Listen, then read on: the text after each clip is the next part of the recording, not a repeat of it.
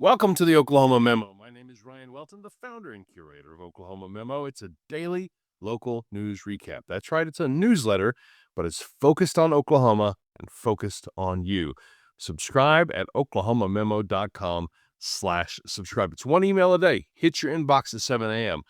The purpose of this podcast, this video, is to sort of guide you through the biggest stories from the day before and from this morning. It's Christmas Eve, and here in Oklahoma, that means it's going to get up into the middle 70s. What is this, Arizona?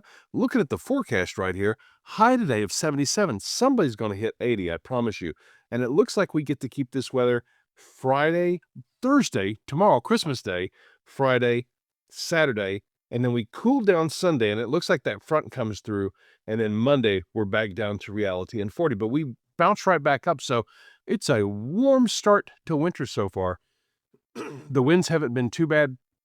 Hopefully you get a chance to wash your car and get out and enjoy the weather, because we know that January is going to bring us some actual winter. So let's take a look at the top of Oklahoma Memo today. The big story is, and I always share two stories from newsrooms from across the state. The point is to connect you to other newsrooms. I'm not the primary source reporter. These newsrooms are. And this was a story that was featured as a headline in the Tuesday edition of Oklahoma Memo. I decided to make it the lead today because it's such a good story. I did not want you to miss it. And it comes from Ari Fife at the Frontier. Fantastic reporter, fantastic publication.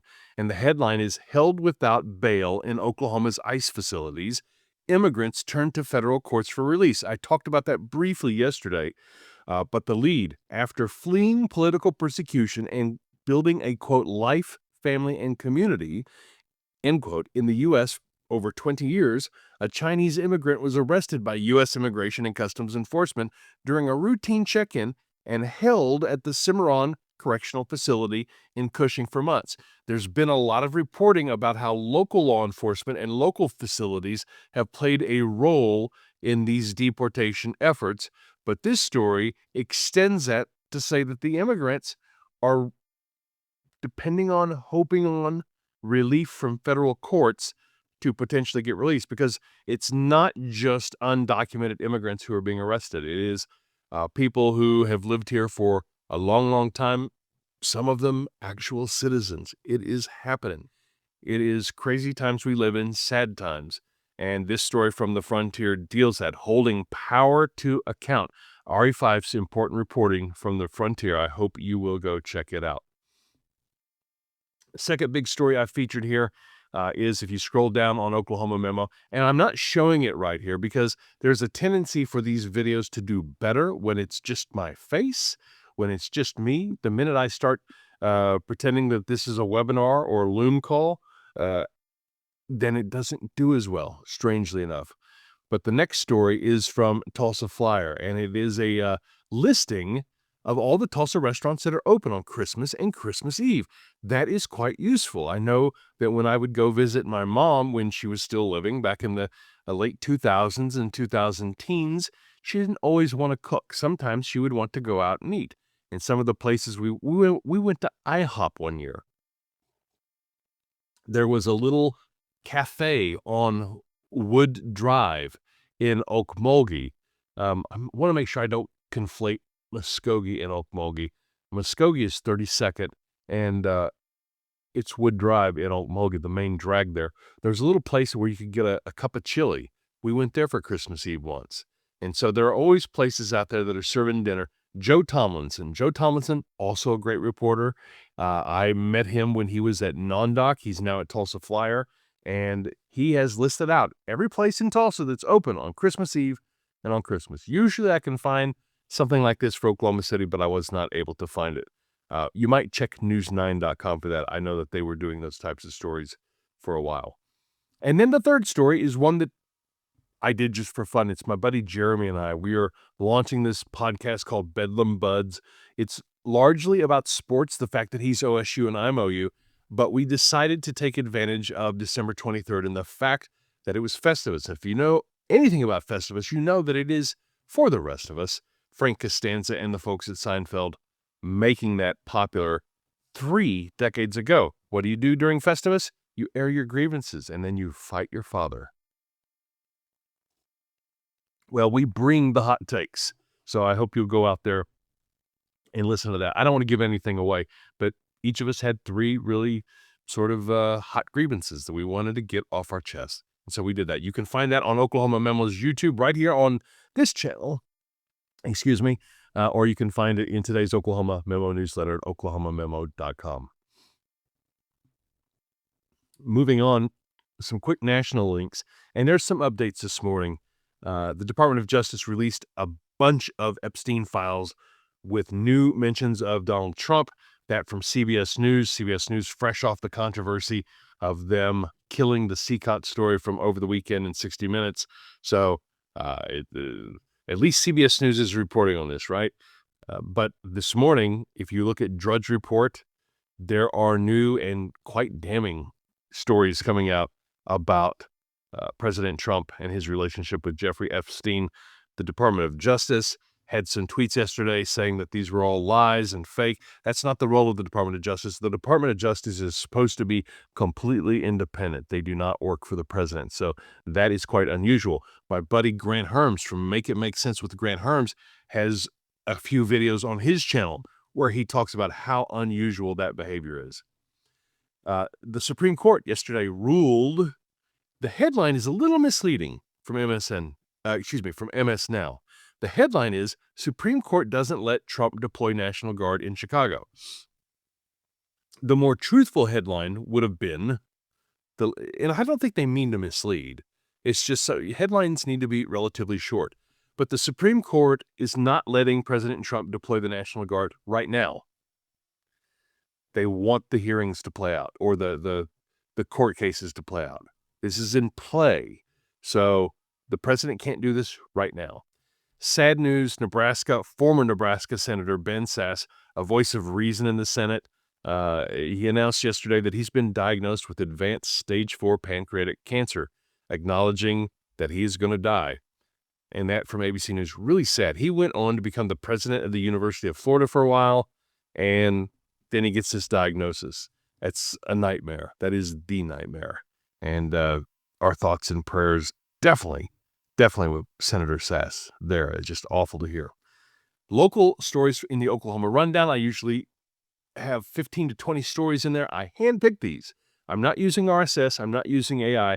I go to each site and read these stories. And the first one I think is impactful because this story has stirred your emotions so much. This from the headline, this from the Oklahoman. The headline, federal lawsuit claims Stillwater officials shielded Jesse Butler. Jesse Mack Butler, the 18-year-old who allegedly committed sexual assault when he was underage and got off with no prison time.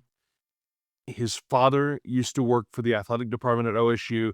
It feels like he's gotten a sweet deal. The more I've looked into it, I think that the youthful offender laws are mostly to blame. The court systems are set up to protect teenagers who are between 15 and 17, especially. I feel these parents' pain. I feel the people. I'm very empathetic here. I think the youthful offender laws should probably be changed. I think people who are 15 to 17, even if their brains aren't developed, I think punishment should be there. And these parents of victims, these victims were willing to talk. The prosecution thought they were doing the victims' families a solid by saying you don't have to relive this. But those victims, at least 2 of them, wanted to talk. The lead from the Oklahoman. Parents of a rape and abuse victim have filed a federal lawsuit against a teen, his parents, and school leaders in the latest development of the Jesse Butler sex crime scandal that rocked the college town of Stillwater. Here's the thing to understand. Even if somebody is acquitted, he wasn't acquitted. He pleaded no contest. That's not guilty. That's no contest.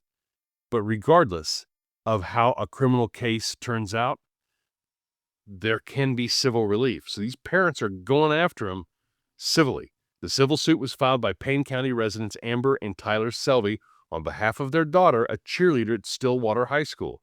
The Selvies are seeking, quote, compensatory, special, and punitive damages in the case. So they're not giving up the fight. It is a story that has rightfully pissed people off. I mean, I totally get it, but I also want to direct people's attention to the youthful offender laws. Pay attention to those. If you're really fired up about this, maybe it's those that need changing also. All right. Here's the other story in the Oklahoma Rundown that I want to draw your attention to, and it's a second story. OU graduate students condemn removal of instructor in essay dispute. I haven't talked about this a whole ton in depth in terms of what my opinion is. Mel Kurth, who's now been identified, gave Samantha Folnecki a 0 on a paper. Samantha Folnecki alleged viewpoint discrimination, and eventually this professor was removed because she wasn't really abiding by her rubric. She was, according to the university, arbitrarily giving these grades and accused of giving Samantha Folnecki a 0 here. So I teach a class at OU, and I have to admit, I kind of get where the university is coming from. That rubric is everything. We didn't have that when we were in college. The professor gave you a grade based on what he or she thought. I mean, there might be a system in their head, but we weren't privy to it. This was my first semester to teach a class at OU, and I have to admit, by the way, my course isn't tough. It's digital literacy. It is my passion to teach students about building a digital presence for themselves. I want them to succeed. I tell them at the beginning of the class, this ain't the class for you to get a C in. Get an A or a B, all right? I'm going to make it as easy for you as possible.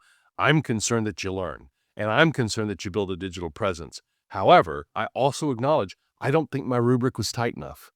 I think I need to tighten it down. I think I need to be more explicit. I think it would help if there were training for teachers there. So I'm empathetic to OU in that respect, but I also think that they are capitulating to the far right and Turning Point USA. I think that just, and by the way, the fact that this was released after students left and after faculty and staff left, I think they have a problem on their hands once January comes back. I think graduate students and teachers, there may be a revolt. I really do. But let's talk about this story. Also from the Oklahoman taking the top 2 stories in the Oklahoma Rundown. This story from Alexia Aston, the lead. Graduate student leaders at the University of Oklahoma are decrying the university's decision to remove the instructor who gave Samantha Folnecki a 0 on an assignment, calling the ruling reprehensible and damaging. I don't disagree with that. Even despite what I just said before about rubrics, the university announced Monday, December 22nd, after classes were over, I should note, that it had completed the investigation into Folnecki's religious discrimination claim, but that it did not release findings from such investigations. So the university may have said that there was no viewpoint discrimination, but the university did, however, say that graduate teaching assistant Mel Kurth will no longer be teaching at the university. That's a fancy way to say that she was fired, and said the investigation determined she was, quote, arbitrary in the grading of this specific paper. And so I think this is one of those cases where the university went to the specificity of the issue, that she was arbitrary in grading the specific paper. And I think you have to allow professors a little bit of leeway in terms of how they grade. But again, that rubric is everything. And if you have a rubric to give students an expectation, you got to follow it. You have to follow it. So my opinions are rarely black and white. And so I can kind of see both sides here. Although I am definitely team teachers. A lesson that I learned a long time ago, not that you care about me, but if you're here at 14 minutes, maybe you do.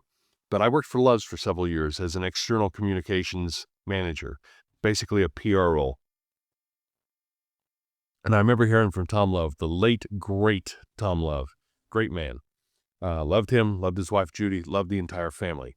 But Tom said, our number one customer are our employees. He said that, and I'm telling you, this is the way it is at every business. What's the number one customer of the Thunder, the Oklahoma City Thunder?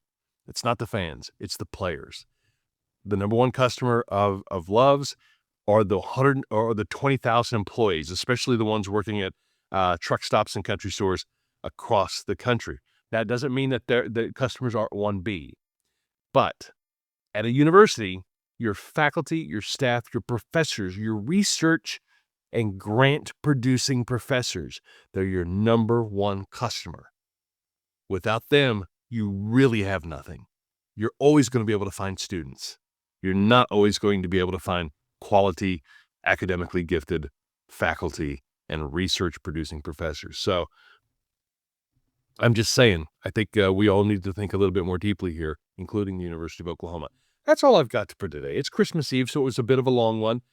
Beautiful weather here in Oklahoma, and no matter what you celebrate or how you celebrate, we celebrate Christmas. Merry Christmas to you. My in-laws are coming over today. We're going to have some taco salad tonight. It's going to be a great time, and in the morning, we'll unwrap some presents and just have a good time, and I'll be back. I probably won't record a video tomorrow. Maybe I will. Maybe I'll show you what I got for Christmas. I don't know. But I appreciate you watching. And if you do watch, if you enjoy this at all, I would love it if you left a comment. And if you're listening to us on podcast, if you left us a 5-star review, that actually helps the algorithm bring this up for other people. It takes you 2 minutes. Go to your podcast app, leave that review. Have a Merry Christmas and a great Christmas Eve today. I'll talk to you soon.